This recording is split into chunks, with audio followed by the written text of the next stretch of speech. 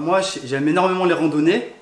Et donc, du coup, il y a quelques temps de ça, pour pas dire il y a très longtemps de ça en arrière, j'avais organisé ma toute première randonnée. Et donc, j'étais extrêmement content. J'étais jeune, j'étais fier. Et il y avait quelques personnes qui étaient venues. Donc, du coup, ce qui devait se passer, c'était une randonnée qui se déroulait en 2 jours. Ouais, c'est bien ça. Et donc, il était convenu que la première journée, à 19h, on prenne les clés du refuge. On va arriver à un refuge. Et c'était le plan, c'était ce qui était convenu. Euh, et donc, on a commencé la randonnée le matin. Il y avait toutes les personnes là, je prends mon sac à dos. Il y avait évidemment plein de choses qui étaient complètement inutiles dans mon sac à dos, comme beaucoup de nourriture, beaucoup de boissons. Il y avait un ballon de rugby, je me souviens. Enfin bref, c'était du grand n'importe quoi. Et je m'étais dit, allez, suivez-moi les gars, suivez-moi. Moi, je sais où on va. J'ai regardé le plan, c'est moi qui ai organisé. Allez, je marche devant comme ça, tout le monde me suit. Donc tout le monde dit, oh, ben, il a confiance celui-là, il sait où il va. Donc pas de problème. Évidemment le plan, j'avais quand même un plan de randonnée, il était tout au fin fond de mon sac. Et puis je commence à marcher, et puis vous savez, les randonnées, il y a des jalons, ce qu'on appelle les jalons, donc des fois il y a des couleurs. Et puis je regarde, ok c'est bon, on est bien 1 heure, 2 heures, 3 heures, 4 heures. Et puis finalement au bout d'un moment je commence à me rendre compte, ah mais je crois qu'on est un petit peu perdu. Bon, je vais rien dire, c'est bon, allez, moi je me fais confiance, je sais où on va, j'ai pas besoin de regarder le manuel. Et puis on continue comme ça à monter. Et puis les gens commencent à se dire, mais Olive, il se fait super tard, on arrive bientôt au refuge. Oui, oui, vous inquiétez pas.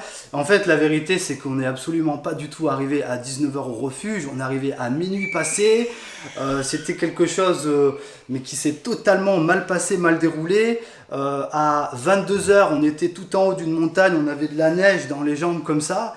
Et je me suis dit, ben mince quoi, le plan s'est pas du tout passé comme prévu. Et tout ça à cause de qui? À cause de moi, de ma fierté, de mon orgueil, de mon ego. J'ai pas forcément voulu écouter les autres, j'ai pas forcément voulu lire le plan. Et en tout cas, tout ça pour nous dire que le plan s'est pas du tout déroulé comme prévu. Donc, les gens m'en ont un petit peu voulu au début, forcément. J'ai quand même prié. Je me souviens quand j'étais tout en haut, j'ai dit, voilà, à cette époque-là, j'étais déjà chrétien. Et j'ai dit, voilà, Seigneur, faut que tu nous aides là. Parce que franchement, il faisait nuit. Évidemment, la randonnée super bien organisée. On n'avait pas de lampe torche, on n'avait rien de tout ça. Donc, c'était que à la lumière des étoiles. Heureusement qu'il y avait la pleine lune. Et donc finalement, on a quand même réussi à retrouver le refuge. Évidemment, la personne qui nous attendait n'était pas contente parce qu'à minuit, elle s'est même inquiétée, etc. Tout ça pour nous dire qu'en fait, le plan qui était prévu, le plan initial, c'est pas prévu, déroulé comme il se devait. Et en fait, je peux pas m'empêcher de faire une analogie. Donc au tout début de l'histoire de l'humanité, en tout cas ce que la Bible nous dit, donc dans le livre de la Genèse, il est question en fait d'Adam et Ève. Je pense que vous connaissez déjà un petit peu ce récit, qui sont dans le jardin d'Éden, et puis ils sont là, et ils sont en communion, en relation avec Dieu, et tout se passait bien en fait, c'était en quelque sorte un paradis, et Dieu en plus les a placés dans le jardin, il leur a pas donné plein d'ordres, il a simplement donné comme ordre de garder le jardin et de le cultiver. Mais il n'a pas donné la façon de garder le jardin, la façon de le cultiver. Et il y avait juste un impératif, c'est vous ne toucherez pas à l'arbre du fruit de la connaissance du bien et du mal.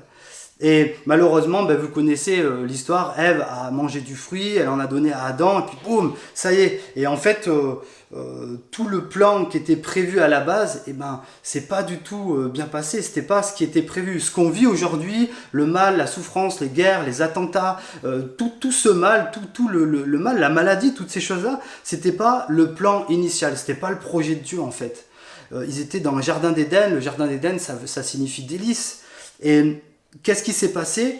Si vous vous souvenez bien le récit, il y a un serpent. Et c'était tout simplement le diable qui s'est incarné dans le serpent. Et il est venu s'immiscer. S'immiscer, vous savez, c'est un mot, ça veut dire... je ne sais pas si vous connaissez un peu ce mot, mais c'est comme quand on est en train de discuter. Je suis en train de discuter avec GK.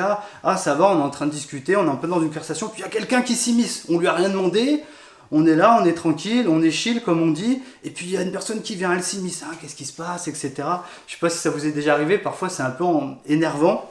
Et le diable, on lui a rien demandé, et il arrive comme ça dans le récit. Il vient, il s'immisce, et il commence à faire quoi? À faire douter Ève, il commence à amener le mensonge, à amener le doute, à tenter comme ça, et il a réussi. Et du coup, Tout ça pour nous dire que le diable a réussi et qu'on a été en échec. On a été en échec dans le Jardin d'Éden, mais on a été en échec après dans toute l'histoire de l'humanité. Quand bien même on est capable de faire des choses extraordinaires, nous l'être humain, on est capable de faire les pires choses. Il n'y a qu'à ouvrir un livre d'histoire pour s'en rendre compte, ou juste allumer la télé, regarder l'actualité. Et donc on est en échec. Et le titre de mon message cet après-midi, c'est « Sortir vainqueur ». Comment sortir vainqueur de cet échec, de ce plan qui ne s'est pas déroulé comme prévu. Et donc voilà. Et j'aimerais qu'on prenne un texte où on va voir que le diable va attaquer une personne, mais ce coup-ci ça ne sera pas Adam et ça ne sera pas Ève, mais ça sera pas n'importe. Alors l'Esprit conduisit Jésus dans le désert pour qu'il y soit tenté par le diable. Après avoir jeûné pendant 40 jours et 40 nuits, il eut faim. Le tentateur s'approcha et lui dit « Si tu es le Fils de Dieu, ordonne que ces pierres se changent en pain. » Jésus répondit « Il est écrit, l'homme ne vivra pas seulement de pain, mais aussi de toute parole que Dieu prononce. » Alors le diable l'emmena dans la cité sainte, le plaça tout en haut du temple et lui dit « Si tu es le Fils de Dieu, jette-toi en bas, car il est écrit. Il donnera des ordres à ses anges à ton sujet, et ils te porteront sur leurs mains, pour que ton pied ne heurte pas de pierre. » Jésus lui dit « Il est aussi écrit, tu ne forceras pas la main au Seigneur ton Dieu. » Le diable l'emmena encore sur une très haute montagne. Là, il lui montra tous les royaumes du monde et leur magnificence. Puis il lui dit « Tout cela, je te le donnerai si tu te prosternes devant moi pour m'adorer. » Alors Jésus lui dit « Va-t'en, Satan, car il est écrit, tu adoreras le Seigneur ton Dieu, et c'est à lui seul que tu rendras un culte. » Là-dessus, le diable le laissa, et voici que des anges vinrent et se mirent à le servir. Donc jusqu'ici notre lecture, on peut déjà constater dans ce texte que il y a quelque chose qui est surprenant, puisque on va voir que Jésus est tenté par une créature qu'on appelle le diable. Et en fait, la chose surprenante, c'est que c'est l'Esprit qui conduisit Jésus. Vous savez que Dieu est une seule nature, mais trois personnes, le Père, le Fils et le Saint-Esprit. Et donc, c'est Dieu, en quelque sorte, enfin le Saint-Esprit, qui conduisit Jésus dans le désert.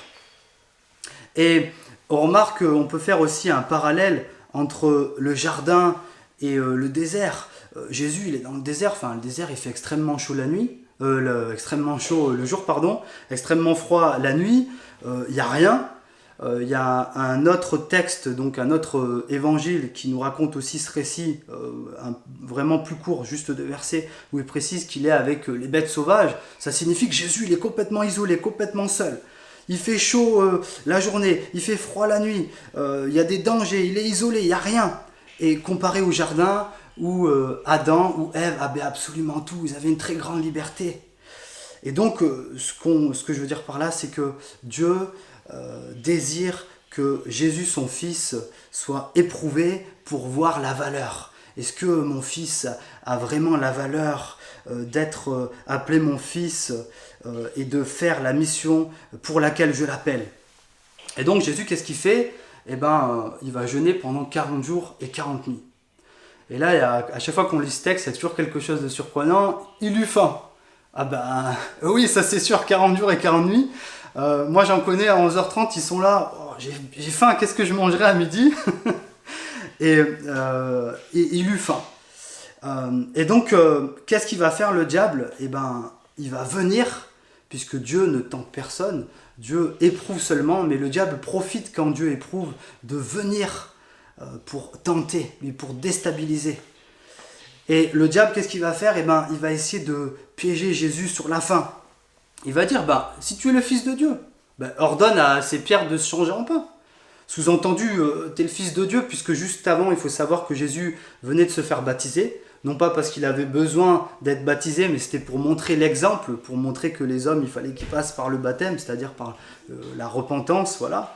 Et donc, à la fin de son baptême, Dieu a annoncé du haut du ciel, celui-ci est mon Fils bien-aimé, en qui j'ai mis toute mon affection, Et donc, le diable avait très certainement dû entendre ces paroles, et il lui dit, si tu es le Fils de Dieu, donc il commence déjà à le faire douter, tu peux ordonner à ces pierres. Et donc là, le piège, il est sur la fin. Mais on pourrait se dire, c'est normal, c'est légitime, pourquoi il ne peut pas faire ça? Pourquoi il ne peut pas transformer ses pierres? Après tout, il a faim et voilà. Où est-ce qu'il est exactement le piège? En fait, le piège, le diable, il veut détruire la confiance que Jésus il a envers son Père. Il veut ruiner l'unité et il veut faire en sorte que Jésus il sorte par ses propres moyens de la situation où Dieu l'a placé. Parfois, Dieu nous place dans des situations et au lieu qu'on ait confiance en lui, au lieu qu'on ait foi en lui, en fait, et par nous-mêmes, on va essayer de se débattre et on va essayer de sortir de la situation où Dieu nous a placés. Et donc Jésus, il n'est pas dupe de ce piège et il va citer une parole de l'Écriture parce qu'il a eu le temps, pendant 40 jours et 40 nuits, il a eu le temps de méditer et il va citer une parole et il va dire « L'homme ne vivra pas seulement de pain, mais de toute parole que Dieu prononce. » Il est en train de dire par là que non, le diable, tu ne mourras pas. Moi, j'ai confiance en mon Père. Je suis bien son fils bien-aimé. Et Dieu me sortira de là s'il m'a mis là.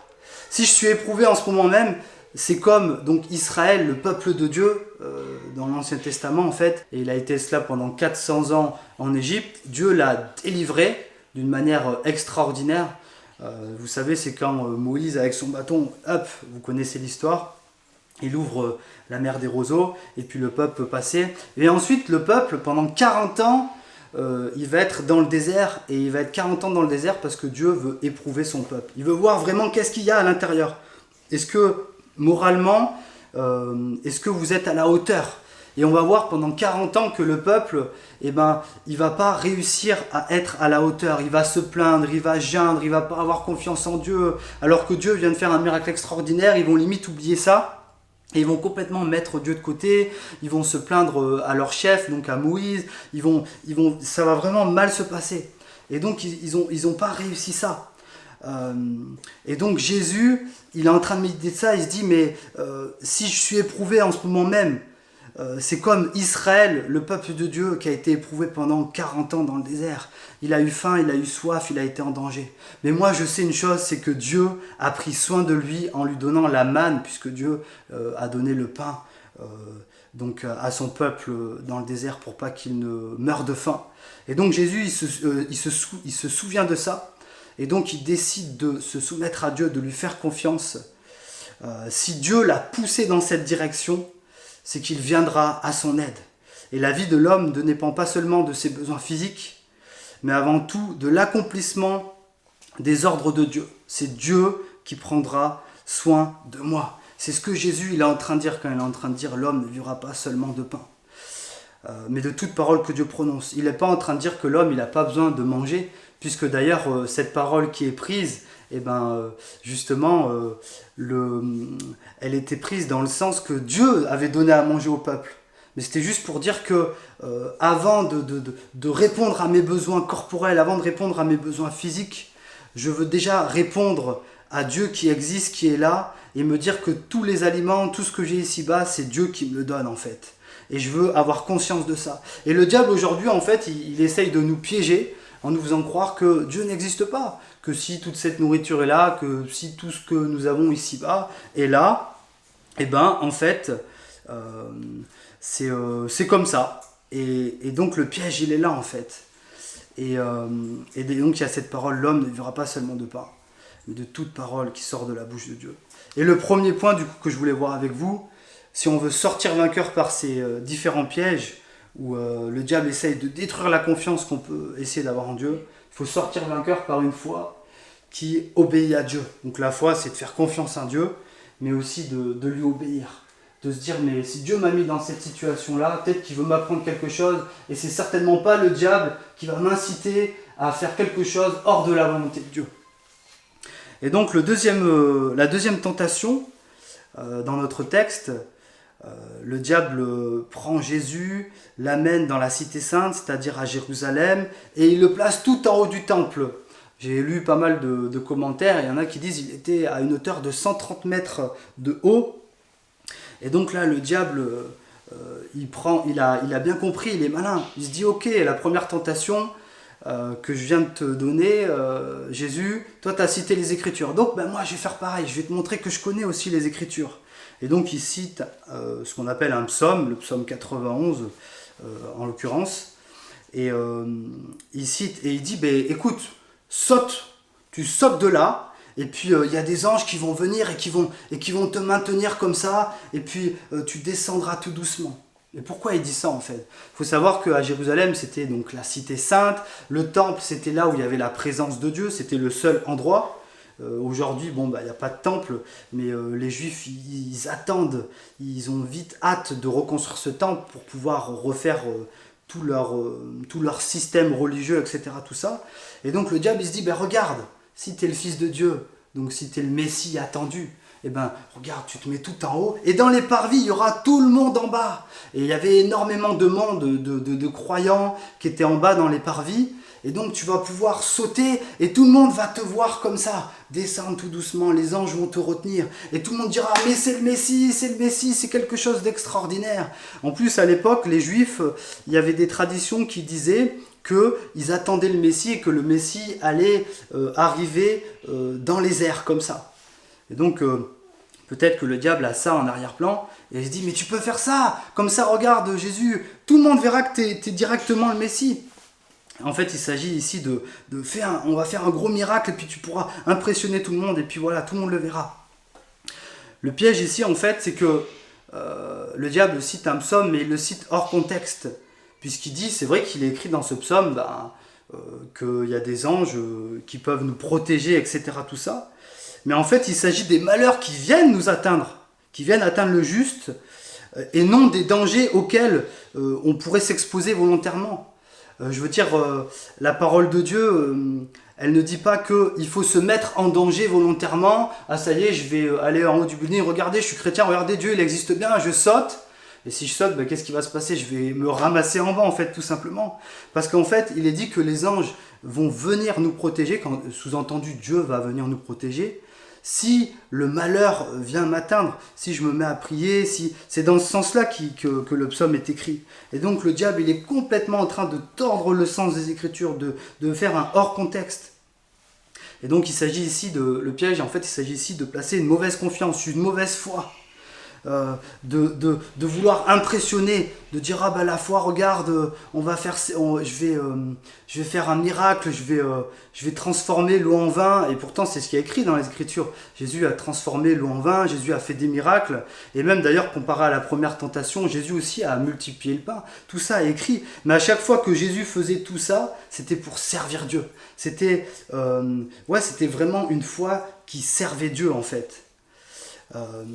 Et donc le piège, c'est la mauvaise confiance, c'est ruiner l'unité entre le Fils et le Père, et c'est dire aussi que Dieu est à mon service. Oh mais tu peux faire ça, Dieu est à ton service. Et Jésus, quand il répond du coup, il dit, tu ne forceras pas la main au Seigneur ton Dieu. Il est en train de lui dire par là qu'il faut avoir cette bonne confiance, qu'on ne tente pas Dieu, qu'on ne force pas la main de Dieu, et surtout que nous sommes au service de Dieu, c'est ce que la Bible nous dit, et non pas Dieu qui est à notre service. Et donc si on veut sortir vainqueur de ces tentations, de ces pièges, où on pourrait dire, oh, regardez ma foi, regardez, je fais ça, il faut sortir vainqueur par une foi qui sert Dieu en fait. Et c'est ce que Jésus faisait en fait. Moi je crois au miracle, pas au miracle en moi-même, je crois que Dieu encore aujourd'hui peut faire des miracles, mais ce ne sont pas des miracles qui sont là spécifiquement pour impressionner ou pour montrer, ce sont des miracles parce que Dieu le désire, et si Dieu le désire aussi, c'est que ça rentre dans le service qu'on peut amener et faire pour lui. C'est dans ce sens-là en fait qu'il faut prendre la chose. Et enfin la dernière tentation, non pas d'ailleurs que Jésus a eu que ces 3 tentations, c'est ce que l'auteur nous relate dans le livre, mais il est dit dans notre évangile qu'il a été tenté toute sa vie terrestre jusqu'à la croix, il aura été tenté. Et le diable, c'est simple, c'est d'une manière imagée parce qu'on ne peut pas avoir tous les royaumes de ce monde, mais il lui montre peut-être comme ça en vision, regarde tous les royaumes qui sont là, t'as vu ça? Je vais tous te les donner, tu auras le pouvoir absolu. Et comme ça, c'est la domination mondiale pour régner, tu seras le Messie et tu pourras faire ton ère messianique. Elle sera là, ça sera une ère de paix, il n'y aura plus de guerre, il n'y aura plus de massacre. Et donc le diable, il est en train de proposer ça. Mais seulement la contrepartie, si tu te prosternes devant moi. si tu m'adores, si tu te prosternes devant moi. Et donc le piège ici, en fait, c'est que le diable, il essaye de court-circuiter le plan de Dieu. Puisque Dieu a promis tous les royaumes de ce monde à Jésus. Un jour ou l'autre, à la fin des temps, Jésus il reviendra et il possédera tous les royaumes de ce monde. Et le diable, il est en train de le court-circuiter, il est en train de dire, mais je te les donne là maintenant. Sous-entendu, tu ne seras pas obligé de passer par une vie d'humiliation, de souffrance, et puis tu pourras directement régner. Seulement, ça ne sera qu'un règne temporel. Et donc voilà, le piège, il veut court-circuiter le plan de Dieu. Il veut encore ruiner l'unité. Et puis évidemment, le dernier piège, c'est qu'il veut que Jésus soit à son service, au service du diable. Et Jésus va lui répondre, non, tu adoreras le Seigneur ton Dieu. Et c'est à lui seul que tu rendras un culte. Vous n'irez point après d'autres dieux. Donc il n'y a pas d'autres dieux, mais sous-entendu, point d'autres idoles, point d'autres créatures, point d'autres choses. Il n'y a qu'un seul Dieu. Et moi, je veux adorer qu'un seul Dieu. Et après, il va lui dire, va-t'en, Satan. Et donc, il est en train de lui dire par là au diable, ce n'est pas le plan de Dieu, ce n'est pas le timing en tout cas, pour que je possède encore tous les royaumes. Et ça ne sera pas de cette façon-là. Il est encore en train de lui dire, je suis son fils bien-aimé, et je suis au service de Dieu, dans l'adoration de Dieu. Et donc, si on veut sortir vainqueur de cette dernière tentation, c'est sortir vainqueur par une foi qui adore Dieu, qui aime un seul Dieu en fait. Ces trois éléments de foi. Et donc Jésus nous montre comment on triomphe du tentateur, donc du diable, du malin, mais il nous montre surtout comment il a triomphé de celui-ci, contrairement à, comme je le disais au tout début, à Adam et Ève, où eux ils ont échoué, au peuple d'Israël, donc les 40 ans dans le désert, où eux ils ont échoué, et puis ainsi de suite, on peut remonter comme ça. Tous les hommes ont échoué pour mener une vie parfaite. Jésus, lui, il est venu sur terre, il s'est incarné en homme et il a mené une vie parfaite de A à Z. Et en fait, ce texte dans Matthieu 4 nous montre clairement qu'il a été tenté comme nous avons été tentés. Il a été par le diable, il a été éprouvé comme nous parfois on peut être éprouvé dans nos vies. Seulement à aucun moment il n'a péché, à aucun moment il n'a abandonné ce pourquoi il était venu sur terre. Parce que le diable, en fait, toutes ses attaques, en fait, il voulait casser la mission pour laquelle Jésus il était venu sur terre. Jésus, sa seule mission, son but, son objectif vers sur terre, je pense que vous le savez, c'est la croix. C'est le signe que nous, tout chrétiens, on a à chaque fois, ce signe. Pourquoi ce signe, il est très cher? Pourquoi la foi chrétienne c'est le signe de la croix? Parce que c'est le but, c'est la mission, c'était la vocation de Christ. Contrairement à ce qu'on peut penser, c'était pas un fils qui était là pour se montrer, pour faire des miracles, pour impressionner. Et pourtant, il en a fait. Et il y en avait qui le suivaient d'ailleurs, parce qu'ils étaient impressionnés par ça. Mais ils connaissaient leur cœur et ils disaient, non, moi je ne les connais pas ces personnes-là. Ils viennent pour les choses qui sont impressionnantes, mais ils ne viennent pas véritablement pour savoir qui moi je suis, à savoir le Messie. Jésus a triomphé pleinement en étant homme, et il a souffert et il est allé jusqu'au bout. Il n'a pas cédé aux tentations du diable et il a pu aller jusqu'au bout, jusqu'à la croix. Et donc ça, c'est quelque chose d'extraordinaire en fait. Moi, ce que je trouve extraordinaire dans ce texte, c'est qu'il a été pleinement humain et donc il peut pleinement nous comprendre en fait. Et donc voilà, c'est ce que je voulais partager avec vous. Si on veut finalement véritablement sortir vainqueur de ce plan qui n'était pas prévu, c'est-à-dire ce mal qui est rentré à cause du diable, et en fait, il faut véritablement se tourner vers la croix. C'est vers la croix où il y a les réponses en fait. C'est que Jésus, il est mort pour nous et on l'a chanté tout à l'heure. Sa grâce, le fait qu'il soit mort pour nos fautes, pour nos erreurs, par rapport à Dieu, on est parfait. Non pas nous-mêmes qui sommes parfaits, mais parce que Dieu, vu qu'on a placé notre foi en Christ, il nous voit parfaits en Christ. Et je vais prier rapidement. Seigneur, merci pour ta parole de Dieu. Merci pour l'envoi de ton Fils Jésus-Christ. Merci parce qu'il a été pleinement humain, il a été pleinement homme. Et, il a été vainqueur, il est sorti vainqueur de toutes les tentations. Contrairement à nous, où parfois le diable vient s'immiscer dans nos esprits, nous chuchote des choses et peut-être que parfois nous ne sortons pas vainqueurs. Merci de nous avoir montré ce texte pour nous montrer comment on peut sortir vainqueur avec toutes ces tentations. Et Seigneur, voilà, je te prie que ta parole fasse effet et qu'on puisse aussi en discuter après. Amen.